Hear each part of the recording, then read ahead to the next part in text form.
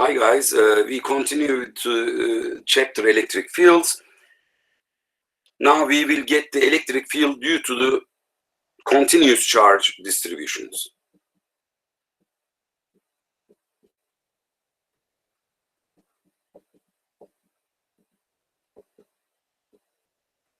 Okay, what does it mean?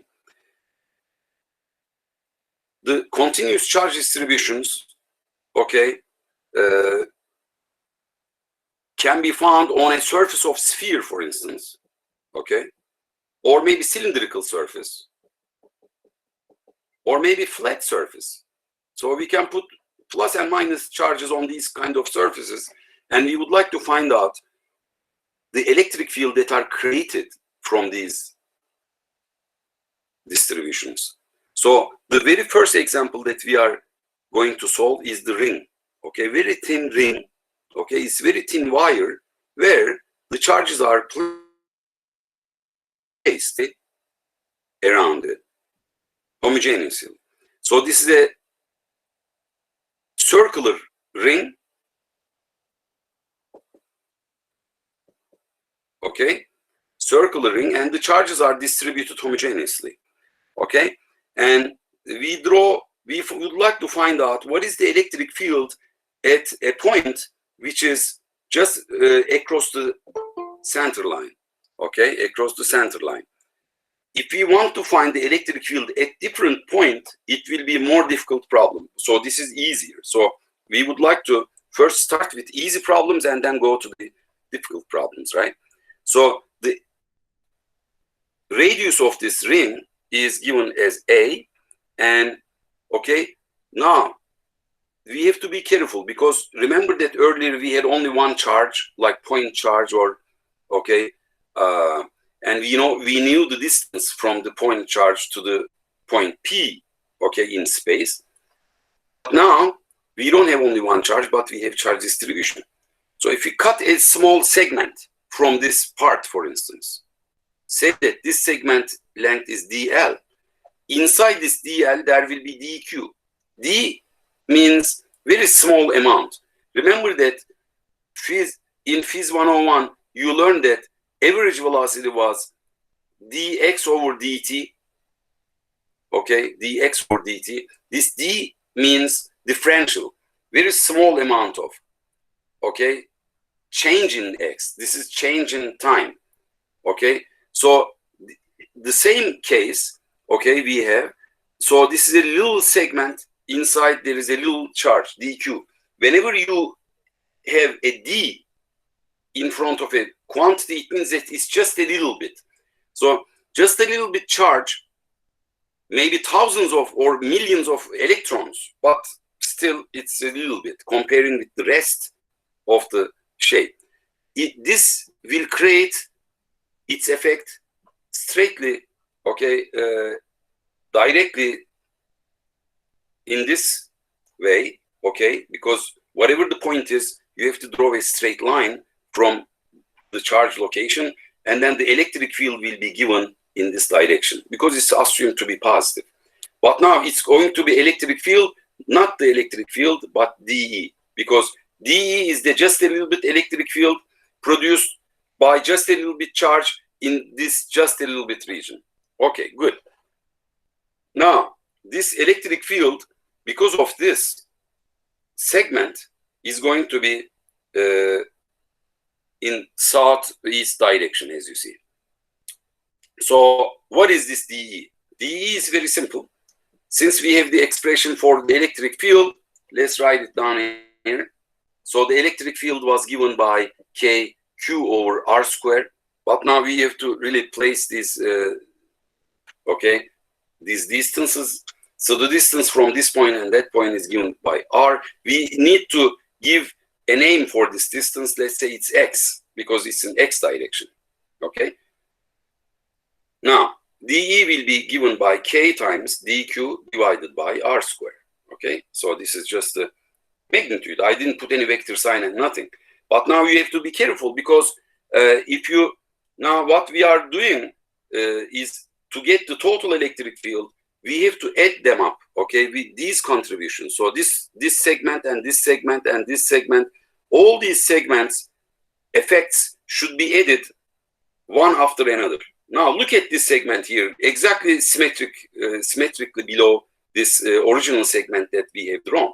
If you draw a straight line, it will create an electric field this way, okay, just like the previous case, and it will have a y component this way, and this original one also had a y component down there, okay. Then they will cancel each other. So y components cancel.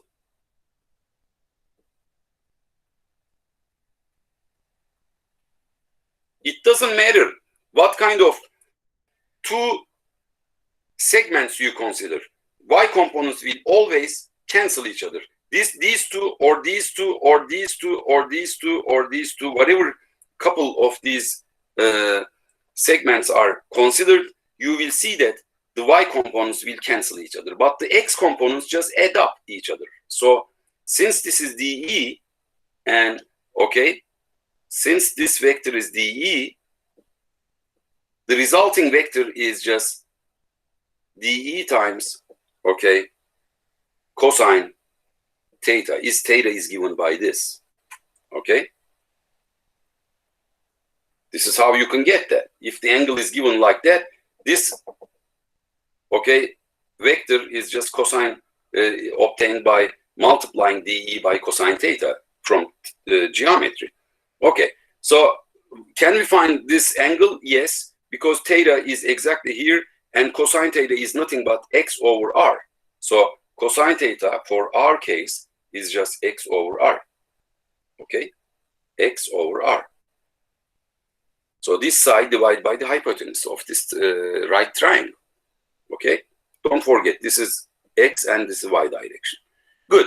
So now, since we have this, we have to now get the resulting electric field, which is dE times cosine theta. And to get the electric field, we have to integrate this dE cosine theta. Okay. Now, what is that?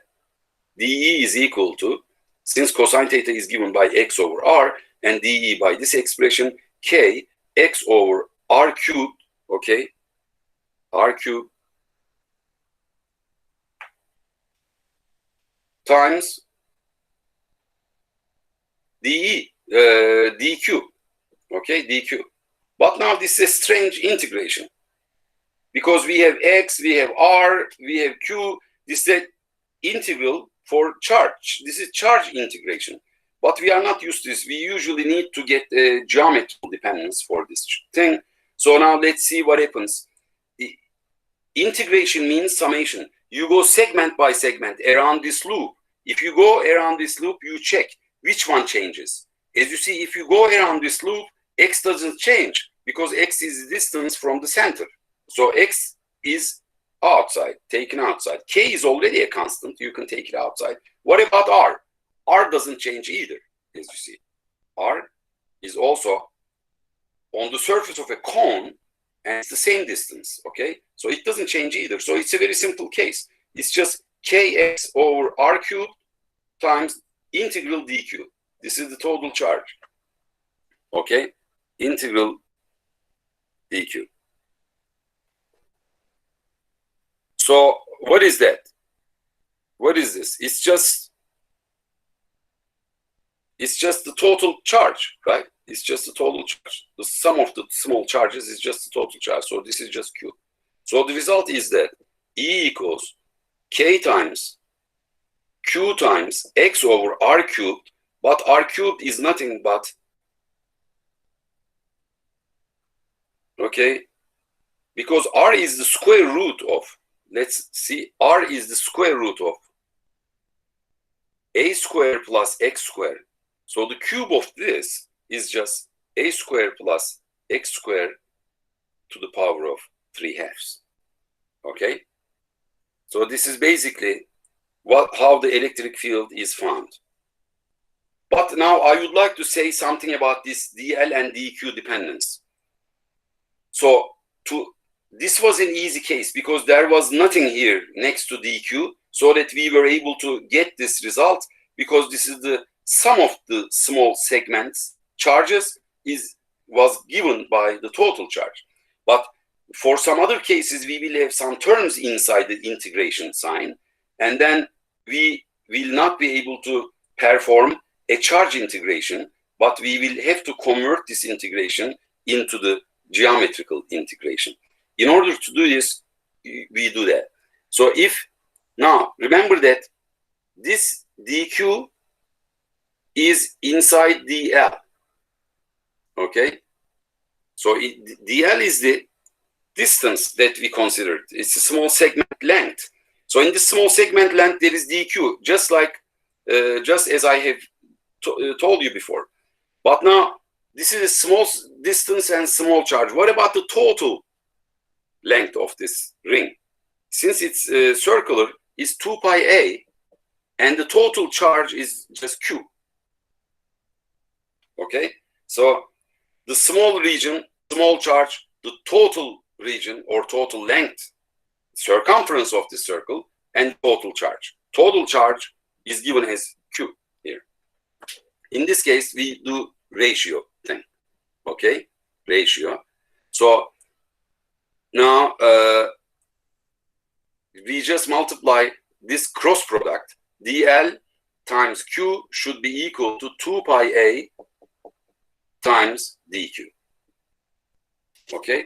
So from this, you can see that dq is given as q divided by, okay, 2 pi a, okay, dlq, okay, 2 pi a dq. So dq will be equal to q over 2 pi a dl. Okay? So now, for some problems, we will use this thing, okay? So you can also consider this like that. dq is equal to dl divided by 2 pi a times q. Don't forget, this is total charge. But now what is this ratio? This ratio is the ratio of the lengths. So this is small length, this is the total length. So since dl should be always smaller than 2 pi a, this expression, the coefficient of q is always smaller than 1. In this case, dq will be smaller than capital Q. So in case that you made a mistake in this cross product, you have to be careful in checking this coefficient. This coefficient should be less than 1 always, okay, if you have done everything correctly. For the next problems, okay, we will be able to using this information to go from the charge integration to the geometrical integration. Okay. Okay, now we stop recording for this example, and then I will get your questions, then continue to the next problem.